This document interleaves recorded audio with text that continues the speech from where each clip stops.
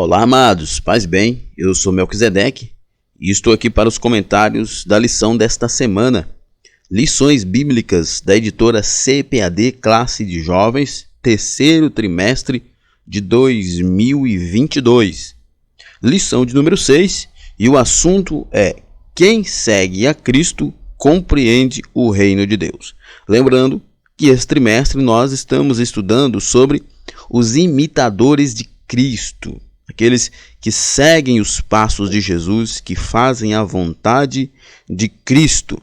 E aqui na lição de hoje nós iremos falar sobre o reino de Deus. E como diz os comentaristas da lição, quem é de fato um seguidor de Cristo sabe o que é o reino de Deus. E nós iremos aprender o que é o reino de Deus na lição de hoje. Lembrando que o ebdenfoco.com disponibiliza para você uma série de conteúdos. Nós temos os slides em PowerPoint, como este que eu estou usando para gravar esta aula. Nós temos sermões em PDF, nós temos curso básico de teologia e cursos diversos. Você acessa www.ebdenfoco.com e confira. Lembrando que este conteúdo é para assinantes. Se você deseja ter acesso aos slides em PowerPoint, aos sermões em PDFs, para você poder ministrar na sua escola bíblica, no curso de ensino, em algum encontro, em alguma consagração.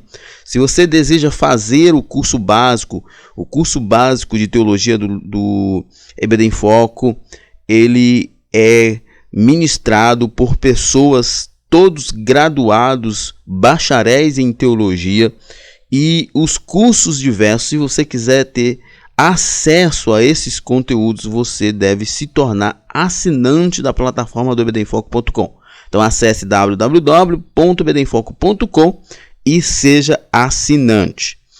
Você também pode encontrar os subsídios gratuitos, como aula em vídeo, aula em áudio, aula em PDF e treinamento para professores da EBD. Tudo de forma gratuita. Acesse www.ebdenfoco.com e confira. Você também pode receber subsídios pelo WhatsApp. Envie uma mensagem no WhatsApp do EBD em Foco que contém a frase receber subsídios. E você, como você vê aqui na sua esquerda, o modelo, você estará recebendo mensagens automáticas com todo o conteúdo da semana para ajudar você na sua aula. Então, você salva esse contato aí no seu telefone e mande esta mensagem receber subsídios. Contato é 94DDD, não esqueça, né? 94DDD 984092869. Muito bem, então continuando aqui no nosso comentário, o nosso texto principal da lição se encontra em Romanos capítulo 14, verso 17, diz: porque o reino de Deus não é comida nem bebida, mas justiça e paz e alegria no Espírito Santo. Nós temos aqui o apóstolo Paulo escrevendo aos irmãos em Roma e dando aqui a interpretação correta, que Jesus já havia dito antes sobre isso, mas Paulo mais uma vez reforçando aqui qual é o caráter, a característica, em que consiste o reino de Deus. E ele está dizendo que o reino de Deus não é um reino físico, não se baseia em prosperidade material, não se baseia num reino, num governo político, mas é a ação do Espírito Santo de Deus produzindo justiça, paz e alegria no coração dos servos de Cristo. O resumo da lição nos diz: a compreensão clara do que seja o reino de Deus é fundamental para todo aquele que deseja seguir a Jesus. O professor deve explorar isso aqui com seus alunos, de que é muito necessário que os alunos estudem sobre o reino de Deus, porque há muita confusão sobre isso, E é fundamental para que as pessoas se sintam incluídos neste reino, que façam parte desse reino, se sintam súditos deste santo reino de Deus. A leitura bíblica em classe se encontra em Lucas capítulo 17, versos 20 a 25. O texto, apesar de ser pequeno, mas eu não vou me deter nele por uma questão de tempo, mas é óbvio, você já deve estar fazendo uso desse texto, tanto deste aqui, quanto dos textos correlatos, como é o texto do dia de Romanos 14, que nós já lemos. Bom, nossa introdução. Quanto tempo e energia as pessoas perdem confundindo preferências pessoais com o reino de Deus? Muitos, erroneamente, não desejam mais congregar, quando nossa vocação é para servir a Cristo em uma igreja. De fato, as pessoas confundem o pertencimento a uma comunidade com o pertencimento ao reino. É possível que você passe muito tempo ou a vida toda fazendo parte de uma comunidade, mas não do reino. E, professor, é importante que você explore isso com seus alunos, para que os alunos não sejam apenas pessoas que aderiram a uma comunidade e não se converteram a Cristo. Fazem parte de um grupo social, porque a igreja é um grupo social, mas não de um reino espiritual. Vamos refletir nesta lição a respeito do que é o reino de Deus, suas características e importância em nossas vidas como membros do corpo de Cristo. Nós iremos então aprender nesta lição sobre o reino de Deus, a sua importância, a importância do reino de Deus na nossa vida, o poder dele em nossas vidas e como nós, como membros do corpo de Cristo, devemos nos portar como súditos deste maravilhoso reino. Primeiro tópico, o que é o reino de Deus? A simplicidade do evangelho do reino. Vamos lá. A mensagem desse reino é simples, ela não é uma mensagem obscura e cheia de condicionantes, de pode ou não pode. Ela é baseada na morte do Salvador e na sua ressurreição, na nossa morte para o pecado e no nosso novo nascimento para Deus. O reino de Deus é uma experiência simples, como diz 1 Coríntios 2 e 4, e descomplicada, Mateus 10 e 16, porém nunca simplória.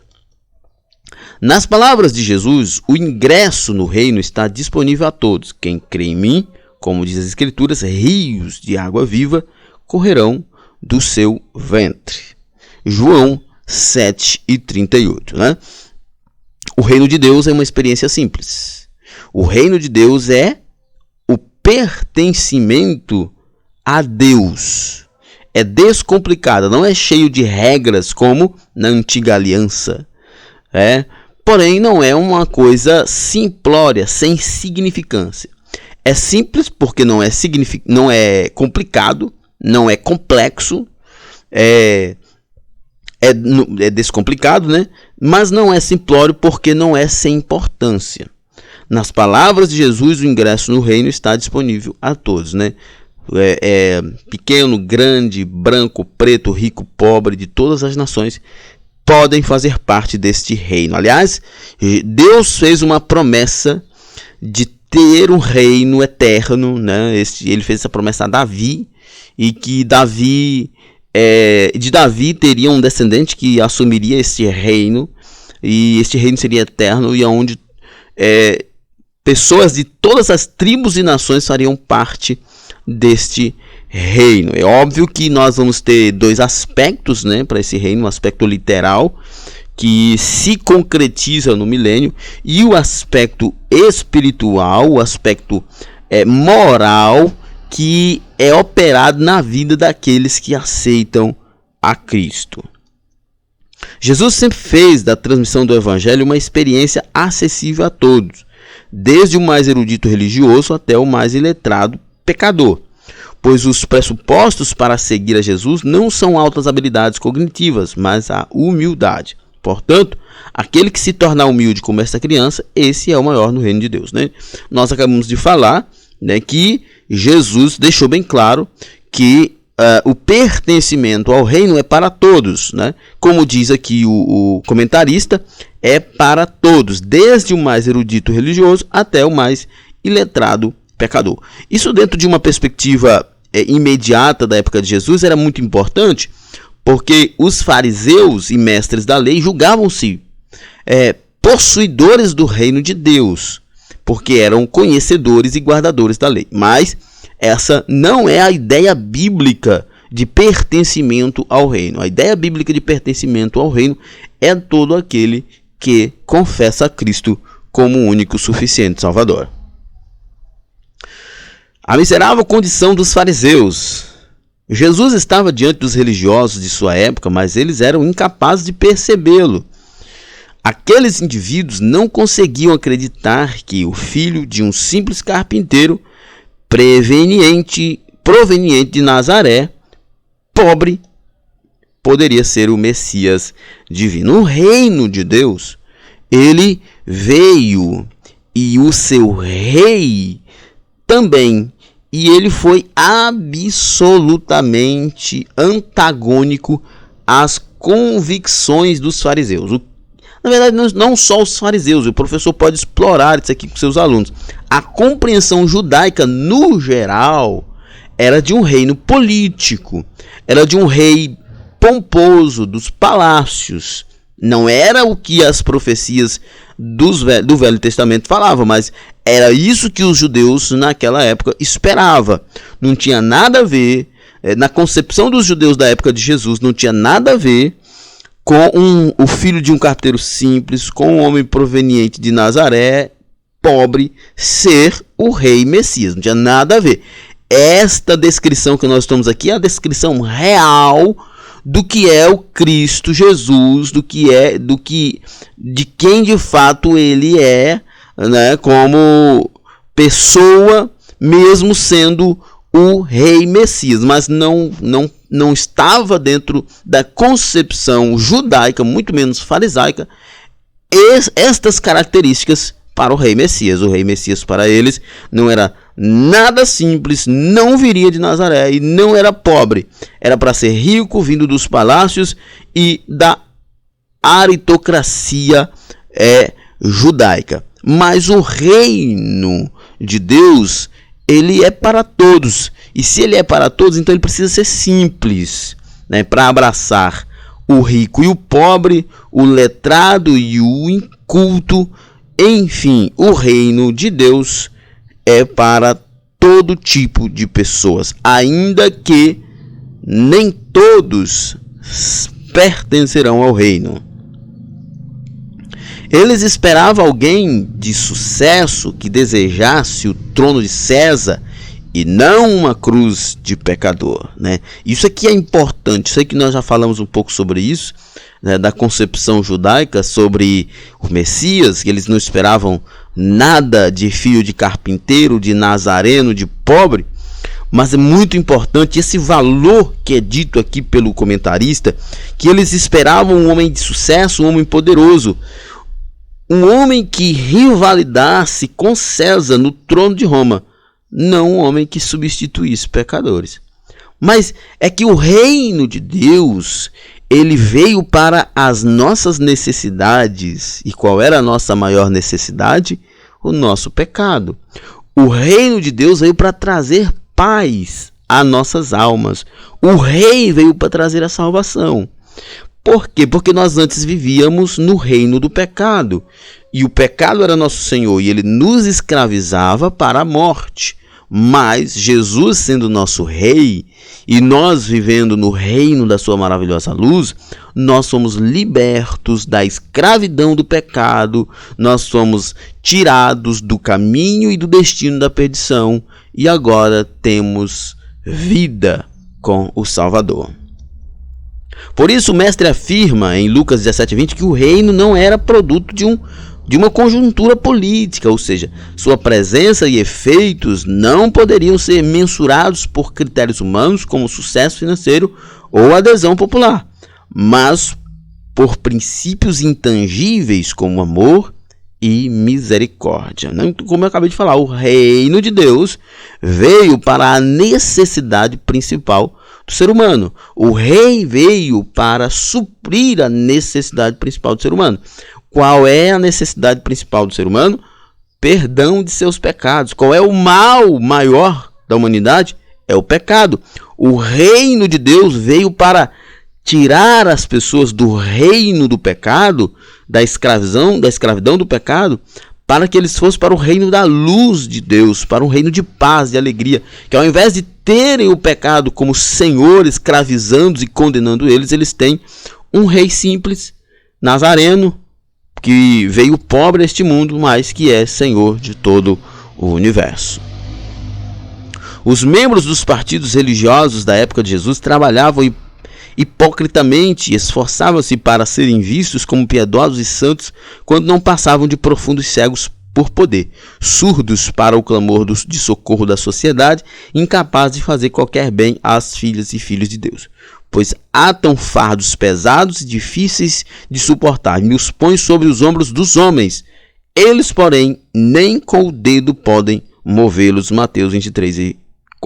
Então, o professor deve explorar isso aqui com seus alunos, o aspecto do reino o aspecto religioso do reino de Deus na concepção dos fariseus era um reino cheio de regras, um reino cheio de condicionantes pesadas que eles mesmos não conseguiam carregar.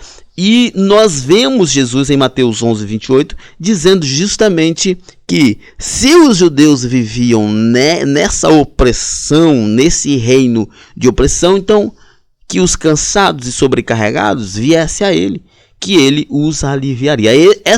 Este é o poder do reino de Deus, do reino dos céus, como Mateus, muito provavelmente a gente ainda vai falar sobre isso, mas já antecipando, Mateus usa a expressão reino dos céus, os outros evangelistas reino de Deus.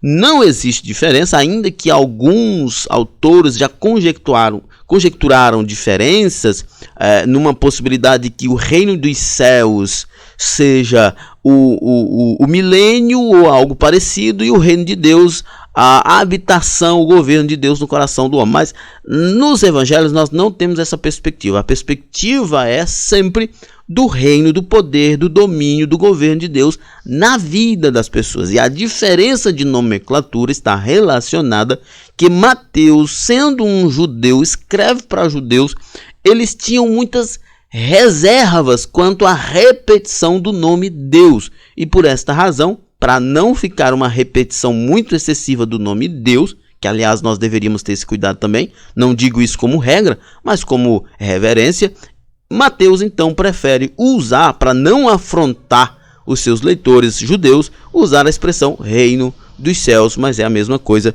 que reino de Deus. Então o reino de Deus, ou o reino dos céus, é um reino de alívio, é um reino de descanso, é onde o rei traz a paz e o descanso que as almas perdidas e fadigadas tanto precisam. O agora e o porvir do reino de Deus. É importante que o professor explore isso com seus alunos nesse subtópico. Para os incrédulos, o reino de Deus é só uma promessa lançada ao vento. Para os discípulos de Cristo é uma realidade encarnada e já vivenciada. Isso é muito importante. Para aqueles que perecem, como diz Paulo, o reino de Deus é uma utopia, é uma fantasia. Mas para nós que somos salvos, nós sabemos, né? Vou até voltar aqui para nós lermos o texto, o agora e o porvir do reino, né? O agora e o ainda não, como diz os teólogos. O agora do reino é a operação, o governo de Deus em nossas vidas. Nós somos governados pelo Espírito Santo. Então é o reino de Deus, é Deus governando, é Deus reinando em nós, é o agora do reino. Nós precisamos entender o seguinte, Paulo diz lá em Romanos que a quem nós propormos servir, deste seremos servos. Nós, antes de Cristo, éramos servos do pecado, escravos do pecado. O pecado era nosso senhor, nós vivíamos sob o domínio do pecado. Mas com Cristo é diferente. Com Cristo nós vivemos no reino de luz, de descanso, de paz. Então, nós precisamos entender esse agora e esse porvir do reino de Deus. Esse agora e ainda não do reino de Deus. O agora é a operação do Espírito Santo de Deus, a vontade de Deus já sendo feita na nossa vida. E o porvir ainda será concretizado, tanto numa perspectiva milenar, quanto numa perspectiva eterna. Os fariseus não tinham maturidade espiritual suficiente para perceber que a transformação prometida pelos profetas no Antigo Testamento não iniciaria com uma mudança governamental, mas com a libertação dos corações da opressão do inferno. Isso aqui é muito importante que o professor explore com seus alunos. Os fariseus, eu não diria só os fariseus, porque apesar deles aparecerem muito dentro do contexto, mas o ideário judaico era esse, da necessidade de que essa era a verdade de um reino político que se opunha a César, que se opunha a Roma. Mas eles não entendiam que a maior escravidão deles era a escravidão do pecado. E que o reino de Deus, no seu aspecto agora, viria para nos libertar da escravidão do pecado. Então, professor, explore com seus alunos essa ideia de que fazer parte do reino de Deus é mais do que fazer parte de uma instituição. Fazer parte do reino de Deus é ser liberto da opressão do inferno, é ser liberto da escravidão do pecado, é viver para a glória de Cristo e não para satisfazer a própria vontade, a vontade da carne, a vontade do mundo. O problema de muitos dos crentes carnais é exatamente este. Como eles são afeitos às manifestações exteriores, sua compreensão do reino também é refém de sinais materiais. E é óbvio, né, a nossa irmã que montou o slide aqui, de forma muito precisa, colocou moedas, dinheiro, né? As pessoas ainda hoje, e não apenas na época de Jesus, têm essa ideia de que o reino de Deus é um reino de riquezas materiais. Olha, não é esse o objetivo. Ainda que o reino de Deus tenha suas bênçãos materiais, que fazem parte do combo, vou dizer assim, do combo da salvação nesse sentido, em certo sentido, né? É óbvio que a salvação traz melhoria de vida. O cristianismo em geral traz melhoria de vida, né? Se eu não estou enganado, foi Billy Graham que disse que ainda que ele descobrisse que toda a ideia do cristianismo, toda a ideia da eternidade, do Salvador ruísse, ele ainda não se arrependeria do cristianismo, porque o cristianismo mudou a vida dele, né? É óbvio que o reino de Deus, nesse momento, ele traz mudança de vida. Ele traz saúde, porque é liberto do vício. Ele traz status, porque é liberto também do vício, das manias ruins, dá esclarecimento, porque historicamente nós sabemos que ninguém trouxe mais educação para o mundo do que o contexto protestante, evangélico. Então, o reino de Deus melhora sim a nossa vida, mas não é essa a ideia. A principal ideia do reino é a transformação interior, é o perdão do pecado, é mudar o domínio da nossa vida, do domínio do pecado para o domínio do Espírito Santo de Deus, do domínio para a morte para o domínio para a preservação e para a vida eterna. Só os santos vivem o invisível, só os santos viverão esse invisível. Segundo tópico, o que não é o reino de Deus? Não confunda reino de Deus com suas opiniões pessoais. Então, nós já falamos um pouco sobre isso no início. Vivemos um tempo difícil, uma época de muitos desentendimentos. Assim como nos dias atuais, Paulo enfrentou um conflito entre grupos intolerantes em Roma. Nos capítulos 14 e 15 de Romanos, somos apresentados a um enorme alvoroço que se originou entre aqueles irmãos, né? Vamos lá. O cerne de todo o problema era um debate a respeito da obrigatoriedade da observância de prescrições dietéticas pelos cristãos não judeus. Parte da igreja cristã em Roma entendia que era necessário se abster da ingestão da carne por questões cerimoniais e culturais. Já para outra parcela daquela igreja local, tal renúncia não passava de um exagero cerimonial sem valor. Enfim, já nós continuamos, mas é importante nós observarmos isso aqui. Vou só voltar o slide aqui para nós lermos. Vivemos um tempo difícil, uma época de muitos desentendimentos, assim como nos dias atuais, Paulo enfrentou um conflito entre grupos intolerantes em Roma. Né? Isso aqui é importante. Né? Paulo enfrentou, né, um problema com grupos intolerantes, onde cada um queria assumir para si a verdade, onde cada um dizia que o seu grupo era que detinha a verdade, que tinha a posse da verdade. Num certo sentido, cada grupo é que dizia ter a posse do reino. Era só eles que era reino. E olha só, qual era a perspectiva? No slide que nós estamos aqui agora, parte da igreja cristã em Roma entendia que era necessário se abster de carne. Parte da igreja entendia que essa renúncia não passava de um cerimonial sem valor. E por isso eles brigavam entre si dizendo, não, nós é que temos a posse do reino. Vocês não têm. Vocês que não guardam o sábado, que comem carne de porco, vocês não têm o reino, nós temos. Ou vocês que vivem guardando preceitos da velha aliança, vocês não têm o reino, nós é que temos. E assim era essa confusão. E hoje nós vivemos isso.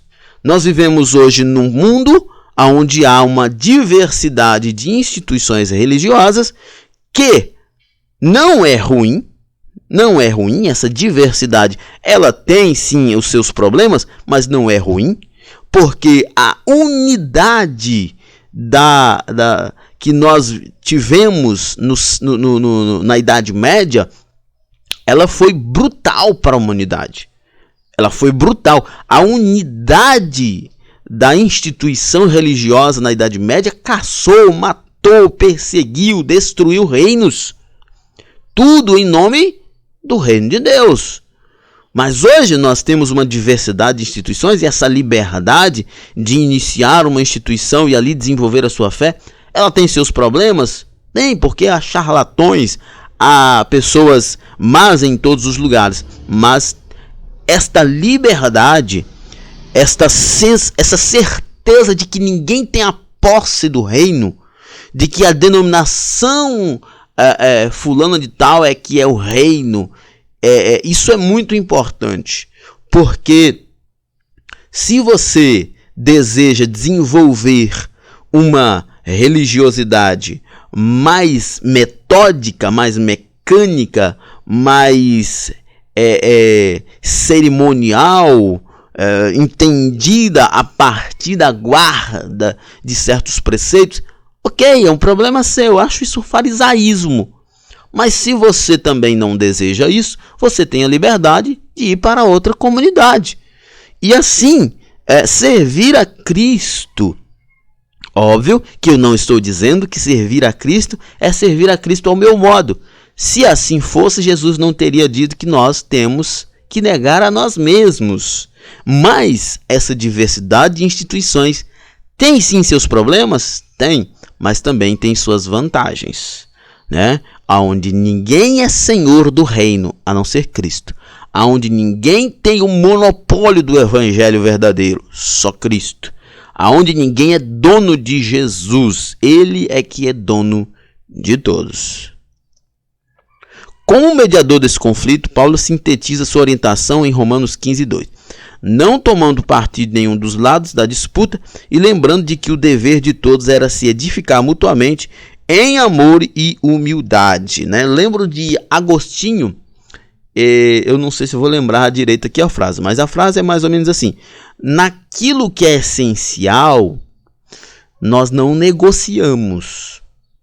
Na ideia de Agostinho era assim: nas doutrinas essenciais do cristianismo a gente não negocia. Por exemplo, a reencarnação de Cristo, né? A humanidade de Cristo, nós não negociamos, como o arianismo dizia que Jesus não havia encarnado.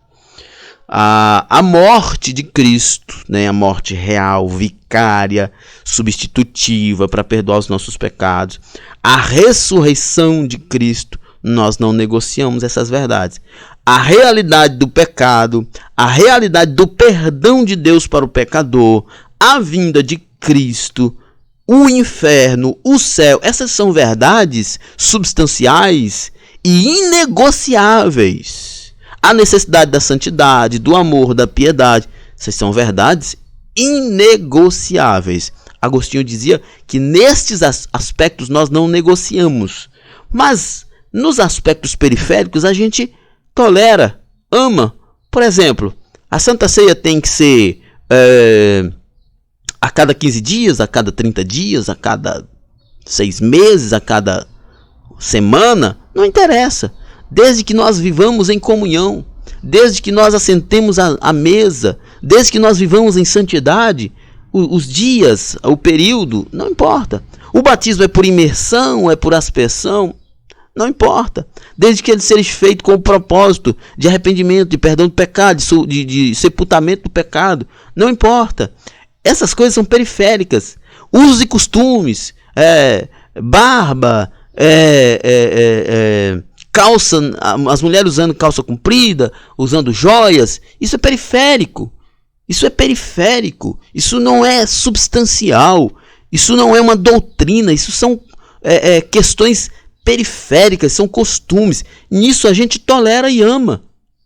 Eu prefiro uma comunidade onde as pessoas não façam uso de joias. Ok, então vá para essa comunidade, não tem problema nenhum. Não, eu não gosto dessa comunidade onde há uma ênfase muito grande nos usos e costumes. Ok, vá para uma comunidade onde não tem essa ênfase exagerada, mas não fique causando conflito com coisas periféricas. A gente vai bater o pé e segurar até a morte naquilo que é substancial. Por exemplo, Jesus encarnou, ele nasceu de uma virgem e ponto. Não tem como mudar. Se mudarmos isso, mudamos toda a história do cristianismo. Ele é filho de Deus, ele é o salvador do mundo e ponto. Não tem como mudar isso. Se alguém quiser mudar isso, se alguém quiser dizer que Jesus é um Deus de segunda categoria, um deusinho pequeno que não consegue salvar de fato as pessoas, que seu sacrifício não foi suficiente, aí nós temos um problema. Nós temos um problema, mas quanto à roupa que se veste, desde que ela não seja imoral, extravagante, isso é periférico. Então, nós precisamos entender que estes conflitos não são suficientes para romper com a harmonia no reino. E nós precisamos entender que estas diferenças não separam o reino, porque as pessoas, as instituições não são reinos exclusivos. Os servos de Cristo em todo tempo, em todo lugar, é que são súditos do reino. O segundo subtópico, o reino não deve sofrer. Jamais torne imprescindível o que é supérfluo. Já até entrei um pouco nesse assunto, né? Para o apóstolo, aquela igreja estava enfrentando uma perigosa situação.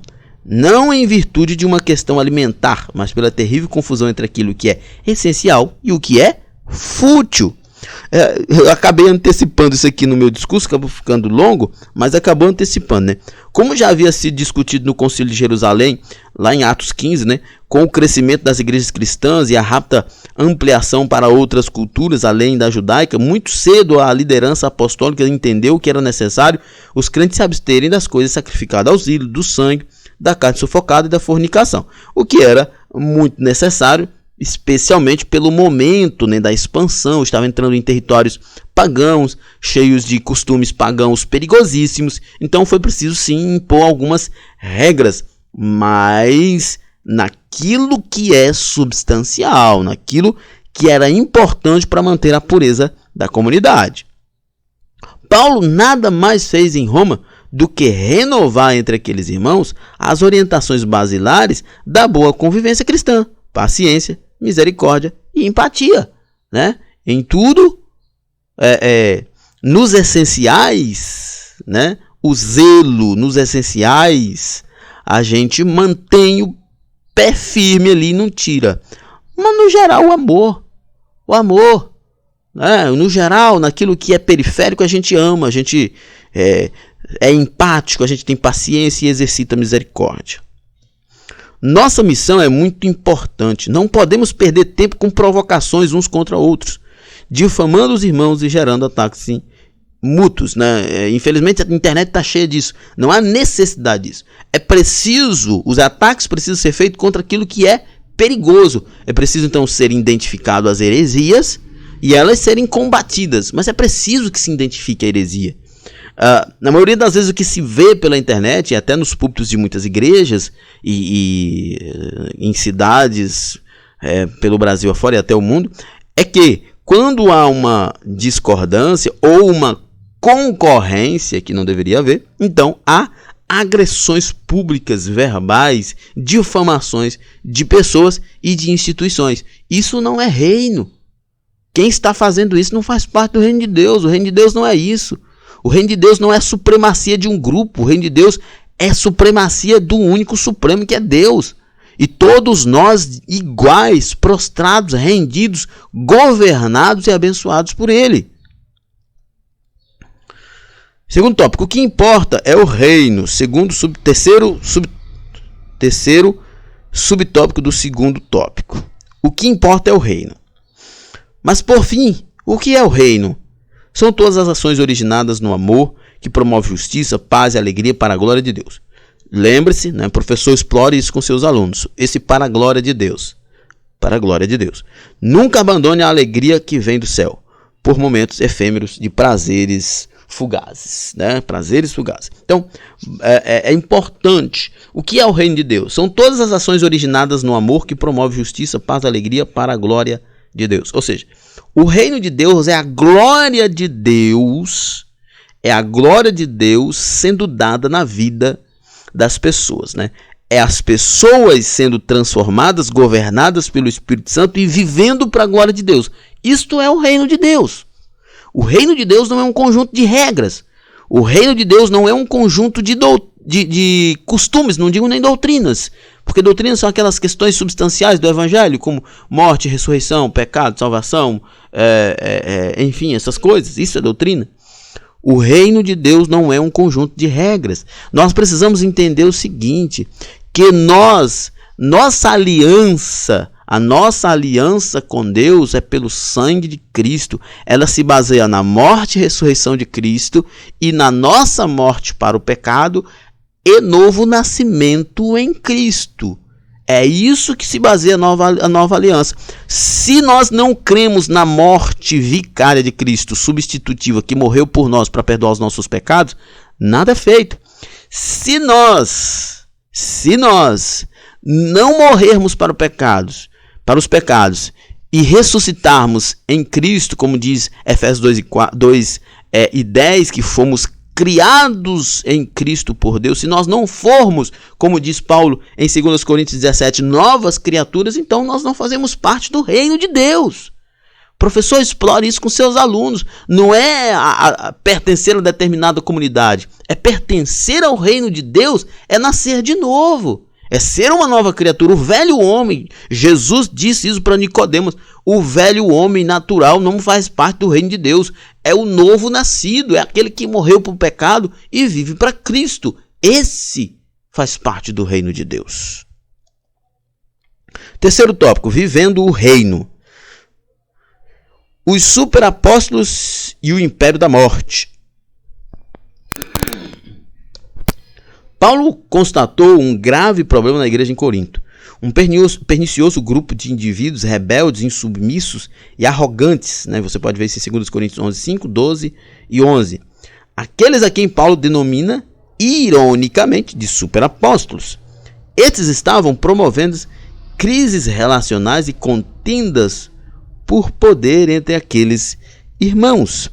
Para o apóstolo, esses embusteiros que se anunciavam como verdadeiros representantes de Deus, nada mais eram do que falsificadores da palavra.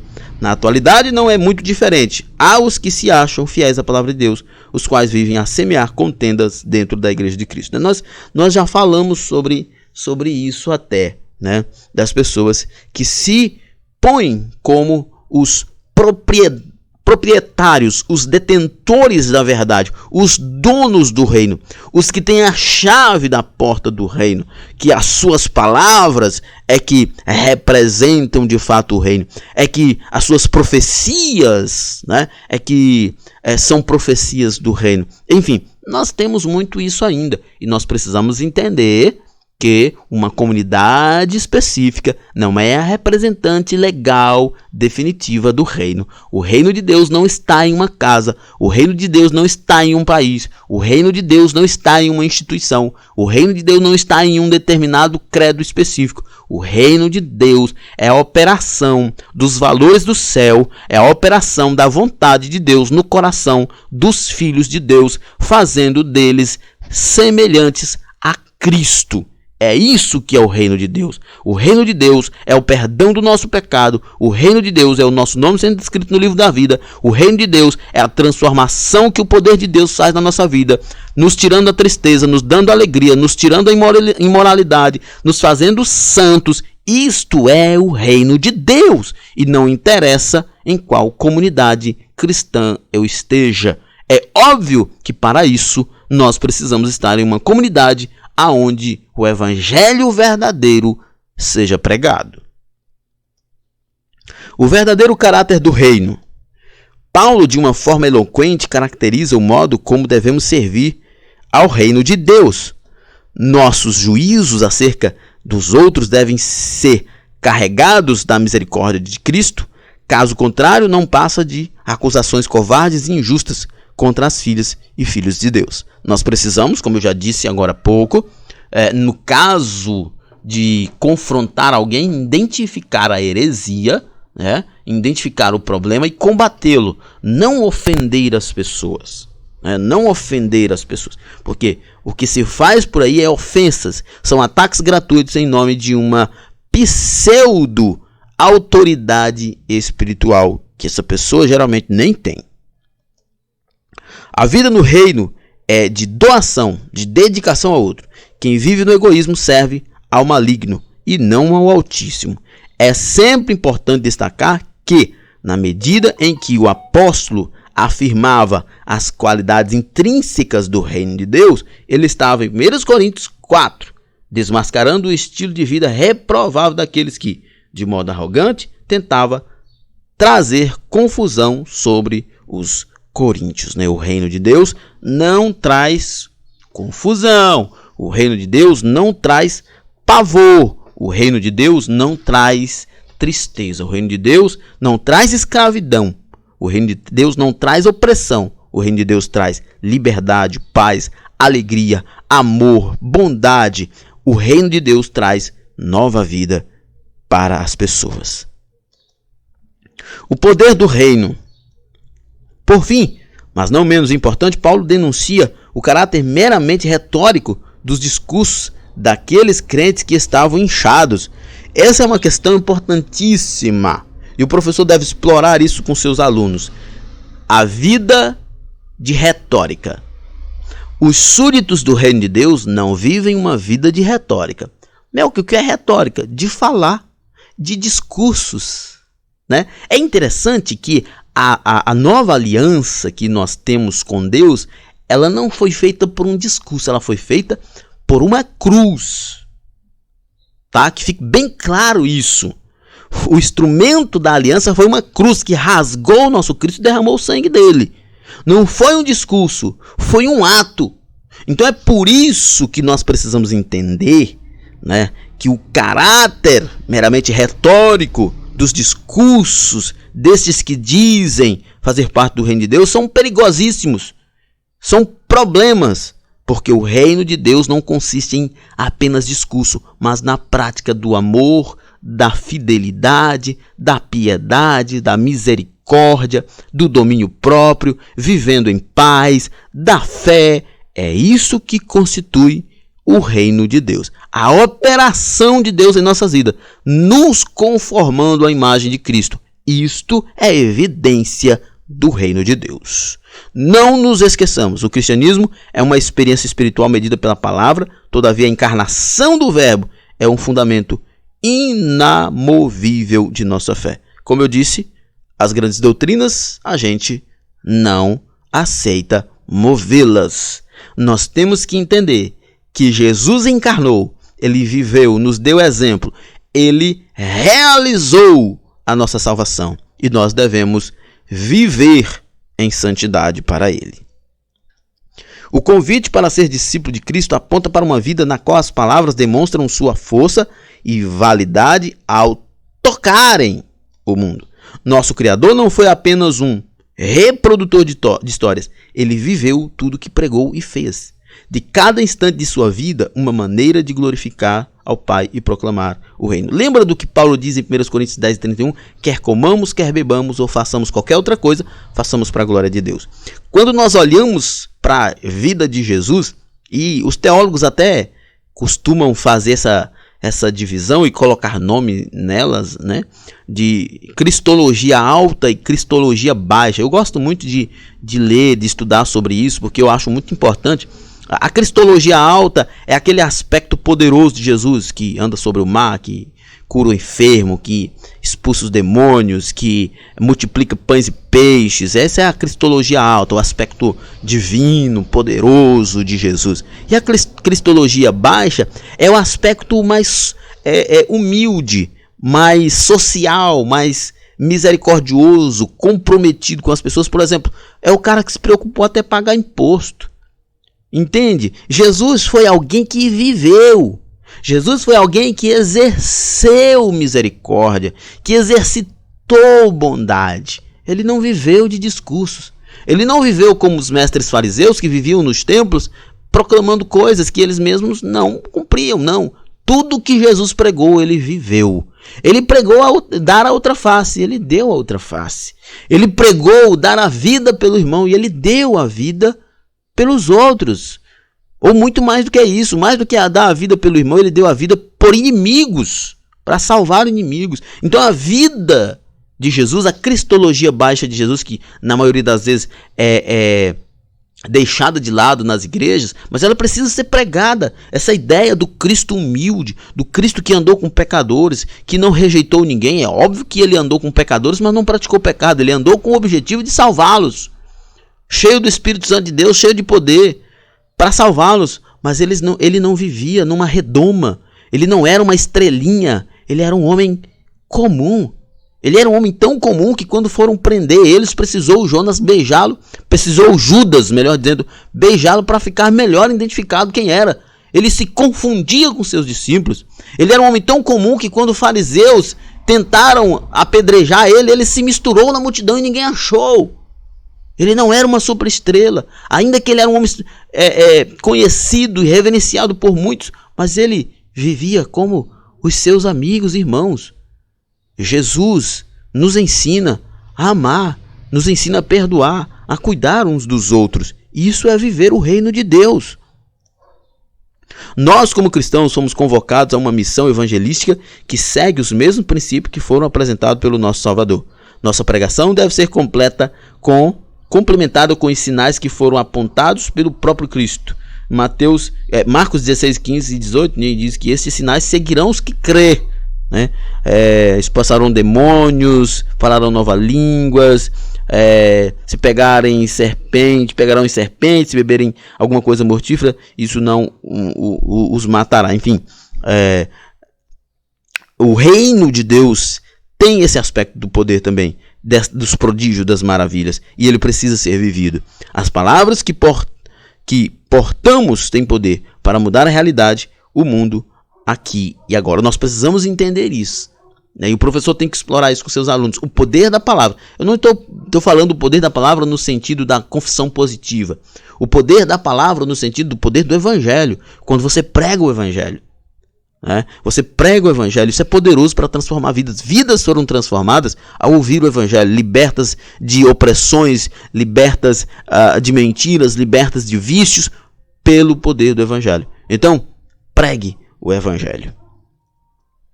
Nossa conclusão: como servos do reino de Deus, nosso dever é colaborar para manifestar o rosto de Cristo nessa geração. Logo, não cabe a nós os muitos desentendimentos. As divergências são naturais entre os seres humanos, mas falta de comunhão não pode existir entre nós. Não podemos esquecer de que as palavras que portamos têm poder para mudar a realidade, o mundo aqui e agora. Eu lembro do que eu falei lá atrás sobre a diversidade de instituições, que é importante, né? Tem seus problemas, é importante, e é óbvio que nós precisamos entender que mesmo cada um pertencendo à sua instituição, nós precisamos viver no reino de Deus. A administração de cada instituição pode mudar. Algumas práticas diárias podem mudar, alguns costumes podem mudar, mas aquilo que é substancial, amigo, aquilo que é substancial, irmão, a gente não pode nos separar deles. Nós não podemos nos separar naquilo que é substancial, porque o diabo está por aí com os seus e eles estão muito unidos. Nós, Precisamos, com amor, aprendermos a conviver com nossas diferenças, mas unirmos-nos naquilo que é substancial. Pecado é pecado e não importa o tempo.